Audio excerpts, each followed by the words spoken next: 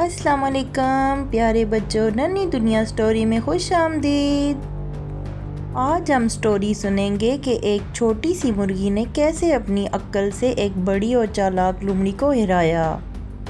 तो चलें फिर चलते हैं कहानी की तरफ। पहले आपको मैं तारफ़ करा दूं, ये है एक लोमड़ी, इसका नाम है लालू और ये ख़ुद को बहुत चालाक और होशियार समझती है।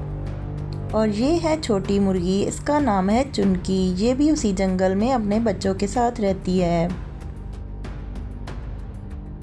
और ये है चुनकी के प्यारे प्यारे छोटे छोटे चूज़े। हाँ तो बच्चों, क्या आप भी चूज़ों को पसंद करती हैं? अगर आप पसंद करती हैं तो कमेंट करके ज़रूर बताइएगा।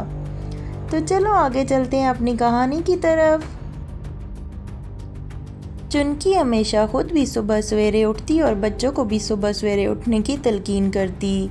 चुनकी का मानना था कि सुबह सवेरे उठने से अच्छी रोज़ी मिलती है। चुनकी अपने बच्चों को अच्छी अच्छी बातें सिखाती, उन्हें बताती कि हमेशा सच बोलना और मेहनत से कभी ना घबराना। तुम मेहनत करोगे तो तुम्हें तुम्हारे हिस्से का खाना ज़रूर मिलेगा। इधर लालो लोमड़ी जूं जूं चुनकी के बच्चों को देखती तो उसके मुंह में पानी भर आता और वो हमेशा ताक में रहती कि किसी दिन मुझे बच्चे अकेले में मिले और मैं उन्हें हड़प कर जाऊं। मगर चुनकी के बच्चे भी चुनकी की तरह बहुत अक्लमंद थे। वो कभी भी अकेले बाहर नहीं निकलते थे, या तो वो अपनी माँ चुनकी के साथ ही दाना दुनका खाने निकलते या फिर आपस में सारे बहन भाई मिलकर खेलने निकलते। लालू लोमड़ी को सोच सोच कर बहुत गुस्सा आता कि ये मेरे हाथ अकेले क्यों नहीं लग रहे, मैं अब इसका क्या करूं। लिहाजा वो बैठकर सोचने लगती है कि मुझे अब इसके बारे में कुछ करना पड़ेगा। फिर उसके ज़हन में एक तरकीब आती है कि क्यों ना मैं चिंकू के घर चली जाऊं और चिंकू की बहला फुसला कर उसके बच्चों पर हमला कर दूंगी। अब वो पहुंचती है चिंको के घर पर और दरवाजे पर दस्तक देती है। अंदर से चिंको आकर पूछती है, क्यों बहन लोमड़ी, क्या तुम्हें मुझसे कोई काम है? इस पर लालो लोमड़ी बोलती है, हाँ प्यारी चिंको, मुझे पता चला है कि तुम्हें बहुत अच्छी अच्छी कहानियाँ आती हैं। मेरे बच्चे भी कहानियाँ पसंद करते हैं और वो रात को रोजाना मुझसे कहानियाँ सुनना चाहते हैं।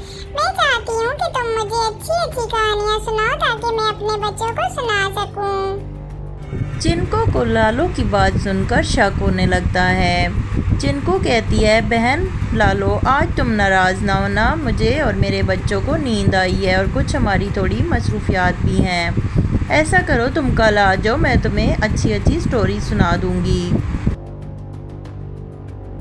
अब लालो को गुस्सा तो बहुत आता है, लेकिन क्योंकि उसके दिल में लालच होता है तो वो अपने गुस्से पर काबू रखती है। सोचती है चलो रात ही की तो बात है, मैं कल आ जाऊंगी। इधर चिंको अपने बच्चों को सारी बात बताती है और फिर उनसे कहती है कि मुझे लगता है लालो किसी लालच में है, वो तुम लोगों का शायद शिकार करना चाहती है। हमें बैठकर कुछ इस बारे में सोचना होगा और कोई तरकीब आजमानी होगी। फिर वो माँ और बच्चे बैठकर कोई तरकीब सोचते हैं और दूसरे दिन के लिए प्लानिंग करके रखते हैं। अब सुबह होने की देर थी कि लालो लोमड़ी फिर से आ गई।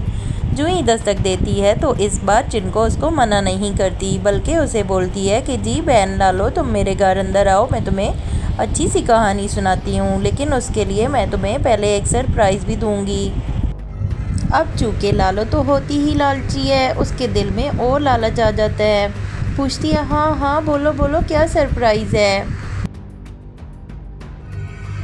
इस पर चिंको उसको बोलती है, मैंने तुम्हारे लिए एक आलू पका कर रखा है। एक ऐसा जादुई आलू है जिसे खाकर तुम्हारा पेट हर वक्त भरा रहेगा और ऐसा खुश जाएगा कि तुमने कभी ऐसा पहले नहीं खाया होगा। लालो लोमड़ी बहुत खुश हो जाती है और क्योंकि वो रात भर से भूखी भी थी और उसके दिल में लालच भी था, फ़ौरन आलू लेकर अपने मुंह में हड़प करने की कोशिश करती है।